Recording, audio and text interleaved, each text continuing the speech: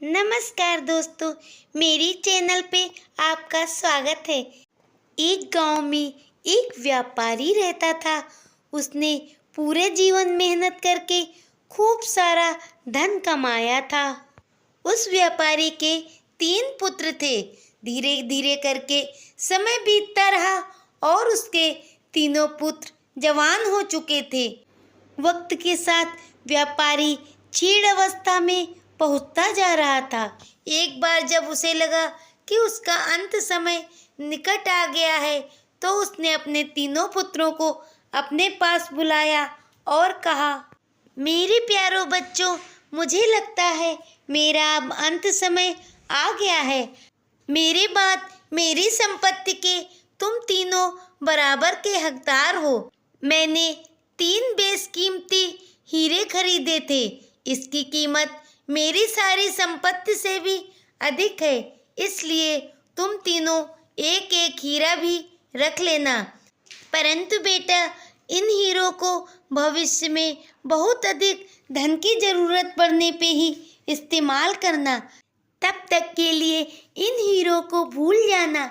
लालच बिल्कुल भी मत लाना। और मेरी बात भी, तुम तीनों भाई मिलजुल कर साथ में रहना। प्रेम पूर्वक रहते हुए मेरे इस व्यवसाय को आगे बढ़ाना। और फिर ऐसा कहते कहते बूढ़ा आदमी परलोक सिधार गया। पिता की मृत्यु के कुछ दिनों बाद ही बड़े भाई ने कहा, मेरे भाइयों, मैं चाहता हूँ पिताजी की अंतिम इच्छा पूरी करते हुए हम तीनों को साथ में रह के इस व्यवसाय को आगे बढ़ाना चाहिए। क्या तुम सब मेरे इस बात से सहमत हो? तब दोनों छोटे भाई बोले, हाँ भैया, मुझे इस बात में कोई भी इतराज नहीं है, क्योंकि मिलजुल कर रहने से ही व्यापार में बरकत होती है। उसके बाद तीनों भाई सहमत होके साथ में मिलकर व्यवसाय करने लगे। धीरे धीरे करके दिन बीतते गए।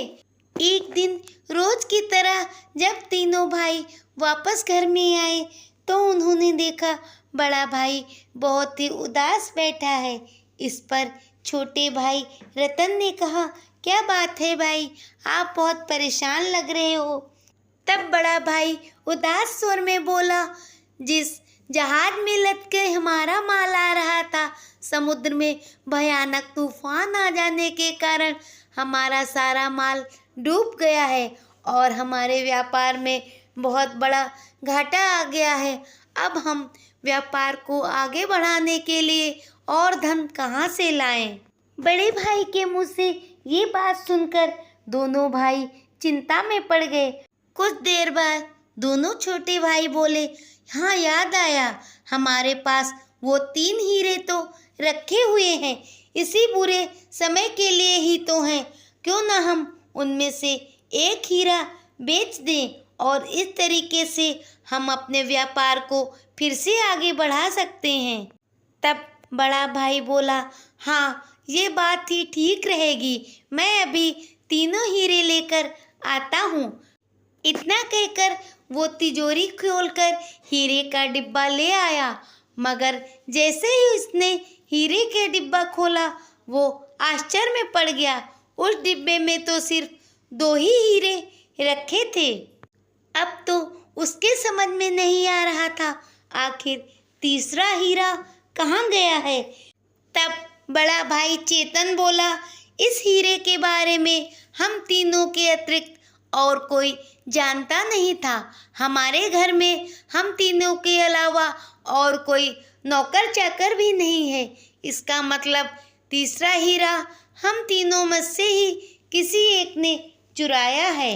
और जब तक हीरे का पता नहीं चल जाएगा, तब तक हम सबके मन में शंका बनी ही रहेगी और इस तरह तो एक दूसरे पर से विश्वास ही उठ जाएगा। इसलिए मैंने ये निश्चय किया है कि जिस किसी ने भी हीरा उठाया हो, वो बिना किसी को बताए चुपचाप वो तीसरा हीरा लाकर इसी संदूक में रख दे। इस तरह हीरा भी वापस मिल जाएगा और हमारे मन में एक दूसरे के प्रति सम्मान भी बना रहेगा और जिसने भी चोरी की है उसे लज्जित नहीं होना पड़ेगा। इससे हमारे बीच कभी मतभेद भी नहीं होगा। फिर सब इस उम्मीद से सो गए कि सुबह तक गुनाहगार अपना हीरा वापस कर देगा, परंतु सुबह ऐसा नहीं हुआ था। जब डिब्बे को खोलकर देखा गया तो उसमें सिर्फ 2 हीरे ही थे। ये देखकर बड़े भाई चेतन ने कहा, जैसा कि हम सब जानते हैं कि गुनाहगार हम तीनों में से ही कोई एक है, मगर गुनाहगार ने अपना गुनाह स्वीकार नहीं किया। इसलिए इस समस्या को सुलझाने के लिए राजा के पास जाने के सिवाय और कोई चारा नहीं है। अगली सुबह न्याय की उम्मीद से तीनों भाई राज दरबार की ओर चल दिए। तीनों के मन में एक दूसरे के प्रति शंका समाई हुई थी, मगर इस शंका को उन्होंने एक दूसरे पे प्रकट नहीं किया और चुपचाप चलते रहे। राज दरबार पहुंचकर उन्होंने सारी बात राजा के सम्मुख कह सुनाई। सारी बातें सुनने के बाद राजा उग्रसेन कुछ सोचते हुए बोले, जैसा कि तुम सब आपस में सगे भाई हो और तुम्हारे तीनों के अलावा उस घर में ना तो कोई नौकर चाकर है और तुम्हारे घर में कोई आता जाता भी नहीं है, तो चोर तो तुम तीनों में से ही एक हो। मगर मामला परिवार का है, इसलिए मैं इतनी जल्दी कोई भी फैसला सुनाना नहीं चाहता हूँ। मैं जांच परख करने के बाद ही कोई निर्णय कर सकूँगा। इस तरह राजा ने उन तीनों को कुछ दिन बाद आने को कहा। उनके जाने के बाद राजा ने अपने मंत्री से जब इस विषय में विचार विमर्श किया तो उन्होंने कहा, महाराज आप निश्चिंत रहिए, इस मामले के लिए मैं स्वयं इनके घर जाऊंगा और फिर पूरी बात को जांच परख करके ही आऊंगा। अगले दिन मंत्री अमरसेन उस व्यापारी के घर जा पहुंचा। स्वयं मंत्री को देखकर पहले तीनों भाई तो आश्चर्यचकित रह गए, मगर बाद में उन्होंने मंत्री की खूब खातिरदारी की। भोजन समाप्त करने के बाद जब मंत्री विश्राम कर रहे थे तब उन्होंने तीनों भाइयों को बुलाया और कहा, तुम सब मेरे नज़दीक बैठो, मैं तुम्हें एक कहानी सुनाना चाहता हूँ। इस बात पे तीनों मन ही मन सोचने लगे, भला इस समय कहानी की क्या आवश्यकता है। मंत्री जी ने मेरी यहाँ समस्या तो सुलझाई नहीं है और कहानी सुना रहे हैं, परंतु वो तो राज्य के मंत्री थे, इसीलिए उनकी बात का उल्लंघन भी तो नहीं किया जा सकता था। इसीलिए कोई सवाल ना पूछकर वो कहानी सुनने लगे। तब कहानी सुनाते हुए मंत्री ने कहा, एक समय की बात थी, श्रीधर नाम का एक राजा था, जिनकी एक पुत्री नैना थी, जिसका विवाह कुछ समय उपरांत ही होना निश्चित था। राजकुमारी को जब अपने विवाह की बात पता चली तो वो अपने गुरु के पास गई और बोली, गुरुवर प्रणाम, इतने वर्षों तक मैंने आपसे शिक्षा दीक्षा ग्रहण की है, इसीलिए मैं आपका आभार व्यक्त करने के लिए कुछ वस्त्र व धन लाई हूँ। मेरे तरफ से ये छोटी सी भेंट गुरु दक्षिणा के रूप में स्वीकार कीजिए। तब गुरुवर बोले, मैं इन सब वस्तुओं को नहीं ले सकता हूँ, भला एक सन्यासी के लिए धन का क्या मोह है। तब राजकुमारी आग्रह करते हुए बोली, नहीं, मैंने आपसे ज्ञान अर्जित किया है, इसीलिए मैं गुरु दक्षिणा अवश्य देना चाहती हूँ और चाहती हूँ मेरे आने वाले समय के लिए आप मुझे आशीर्वाद दीजिए। तब गुरुवर बोले, ठीक है, अगर तुम गुरु दक्षिणा ही देना चाहती हो तो मेरी एक इच्छा पूर्ण कर दो। इस पर राजकुमारी बोली, गुरुवर की इच्छा पूर्ण करना तो मेरा कर्तव्य है। मैं आपकी इच्छा अवश्य पूरी करूँगी। कृपया करके आप अपनी इच्छा तो बताइए। तो सुनो पुत्री, मैं चाहता हूँ विवाह के उपरांत तुम अपने सारे गहने पहनकर सज धज कर अकेले ही मेरे समक्ष आओ। गुरुवर की इस विचित्र इच्छा को सुनकर राजकुमारी नैना कुछ उलझन में पड़ गई, परंतु बात वचन और गुरु दक्षिणा की थी, इसीलिए वो सहमत हो गई। और इसके कुछ माह बाद ही राजकुमारी नैना का ब्याह विजयगढ़ के राजा विजयसेन के साथ हो गया। विवाह के बाद राजकुमारी नैना ने सारी बात राजा विजयसेन को बताई। सारी बात सुनकर राजा ने कहा, गुरु तो भगवान का रूप होता है। यदि उन्होंने ये इच्छा व्यक्त की है तो अवश्य ही इसके पीछे कोई कारण होगा। अतः तुम शंका रहित होकर अपने वचन को पूरा करो। राजा से आज्ञा लेने के बाद नैना ने सारे गहनों को पहना और सज धज के रात्र के समय ही गुरुवर के आश्रम की ओर चल दी। महल से निकलकर रानी नैना जब जंगल की ओर चली तो एक चोर की नजर उन पर पड़ी। चोर ने जब अकेली स्त्री को इस तरह गहनों से सजे धजे देखा तो वो उसके सामने आ खड़ा हुआ। तब रानी नैना ने चोर से कहा, देखिए, इस समय मैं अपने गुरु का वचन पूरा करने जा रही हूँ। यदि इन आभूषणों को मैं तुम्हें दे दूंगी तो मेरा वचन अधूरा रह जाएगा। मैं तुम्हें वचन देती हूँ कि वापस आने के बाद मैं तुम्हें सारे गहने तुम्हें सौंप दूंगी। उसके बाद रानी नैना गुरु के आश्रम पे जा पहुंची। तब गुरु ने नैना से कहा, बहुत अच्छे नैना, मुझे इस बात की खुशी है कि तुमने अपना वचन पूरा किया। मैंने तुम्हारी परीक्षा लेने के लिए ही ऐसा कहा था। तुमने वो परीक्षा पूरी कर दी, क्योंकि इस समय रात्रि में आना खतरनाक था, परंतु तुम बहुत ही बहादुर व विश्वासी हो।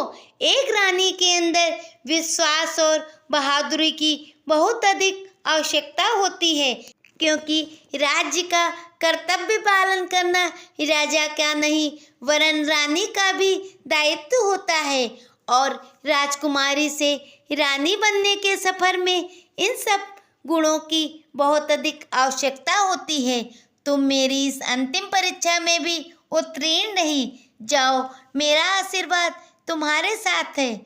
गुरुवर से विदा लेने के बाद वो वापस जंगल में उसी जगह आई जहाँ पर वो चोर मिला था।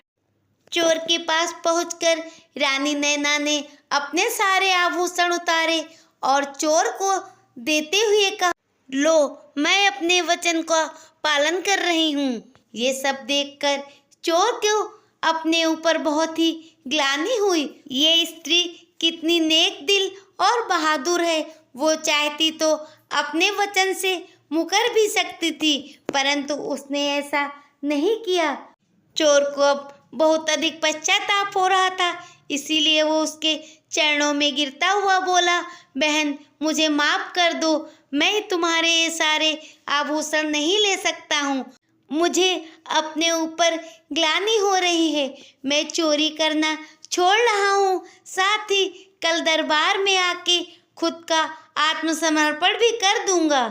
पूरी कहानी सुनाने के बाद मंत्री ने उन तीनों भाइयों से कहा, मेरी इस कहानी में वैसे तो सभी अच्छे पात्र हैं, परंतु तुम तीनों बताओ, इन सब में सबसे अच्छा कौन था? उसके बाद मंत्री ने चेतन से कहा, सबसे पहले तुम बताओ, तुम्हारे हिसाब से सबसे अच्छा पात्र कौन था?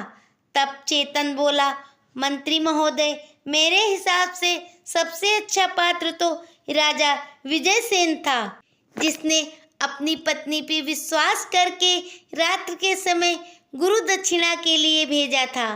फिर मंत्री ने रतन से कहा, अब तुम बताओ रतन, तुम्हारी नज़र में सर्वश्रेष्ठ पात्र कौन है? तब रतन बोला, मंत्री महोदय, मेरे हिसाब से तो गुरु ही सर्वश्रेष्ठ हैं, क्योंकि गुरु ने राजकुमारी की परीक्षा लेने के लिए ऐसा किया था। गुरु ईश्वर का रूप होता है। वो राजकुमारी के अंदर भावी महारानी के गुणों की परख करना चाहता था। उसके बाद मंत्री ने रोहन से पूछा। तब रोहन बोला, मेरे हिसाब से इन सब में सर्वश्रेष्ठ चोर था, क्योंकि अवसर मिलने पर भी उसने उसका फायदा नहीं उठाया। तब मंत्री ने आश्चर्य से कहा, इसका मतलब तुम तीनों के हिसाब से नैना में कोई भी अच्छा गुण नहीं था। किसी ने भी उसे सर्वश्रेष्ठ पात्र के रूप में नहीं बताया, जबकि उसके अंदर भी सर्वश्रेष्ठ गुण थे। अपनी बात समाप्त करने के बाद मंत्री राजमहल में वापस आ गया। राजमहल में जब महाराज ने मंत्री से पूछा, मंत्री जी, आप इस मामला की जांच परख कर पाए? तब मंत्री ने कहा, जी महाराज, इसमें कोई भी संदेह नहीं है कि चोर सबसे छोटा भाई रोहन ही है। तब राजा आश्चर्यचकित होकर बोले, तुम ये बात कैसे कह सकते हो? तब मंत्री ने सारी बात बताई और कहा, महाराज, मैंने उन तीनों को कहानी सुनाकर प्रश्न किया था। तब बड़े भाई ने गुरु को सर्वश्रेष्ठ बताया और मंझले भाई ने राजा विजयसेन को सर्वश्रेष्ठ बताया, जबकि सबसे छोटे भाई रोहन ने चोर को सबसे अच्छा पात्र बताया। महाराज, मेरा मानना है कि इंसान के व्यक्तित्व की छाप उसके बातचीत में अवश्य ही पड़ती है, और वैसे भी कहानी सुनाते वक्त मेरा ध्यान उन सबके चेहरे और हाव भाव पर भी केंद्रित था। इसीलिए महाराज, मैं समझ गया रोहन ही लालची और चोर है। अगली सुबह राजमहल में तीनों भाई बुलाए गए। तब राजा ने कहा, मैंने चोर का पता लगा लिया है। तुम तीनों भाइयों में तुम्हारा सबसे छोटा भाई रोहन ही चोर है। उसी ने ही हीरा चुराया है। इसलिए मेरे हिसाब से रोहन को अपने हिस्से का हीरा मिल चुका है और शेष दोनों हीरा तुम दोनों भाइयों के हैं। तब रोहन गिड़गिड़ाते हुए बोला, मुझे माफ़ कर दीजिए, मेरे मन में ही लालच घर कर गया था। मैं अपना अपराध कबूल करता हूँ। ये कहकर रोहन ने अपनी नज़रें नीचे झुका ली। फिर राजा बोले, वैसे तो मैं चोरी करने के अपराध में तुम्हें जिंदगी भर के लिए कारागृह में डाल सकता हूँ, मगर चूंकि ये तुम्हारे परिवार का मामला है, इसीलिए तुम्हें सजा देने का हक तुम्हारे दोनों भाइयों को है। राजा की बात सुनकर बड़ा भाई चेतन बोला, महाराज, बड़े भाई होने के नाते हम उसके इस अपराध को क्षमा करते हैं। वैसे भी हीरे से ज़्यादा कीमती तो हमारा विश्वास था। अगर इस चोरी का पता ना लगता तो हम जीवन भर एक दूसरे पे शंका ही करते रहते और अविश्वास का ये बीज पनपते पनपते हमारे रिश्ते को कलंकित करता रहता। इसीलिए मैं न्याय की दृष्टि से आपके पास आया था। उसके बाद वो राजा का धन्यवाद करते हुए खुशी खुशी अपने घर को वापस चले गए।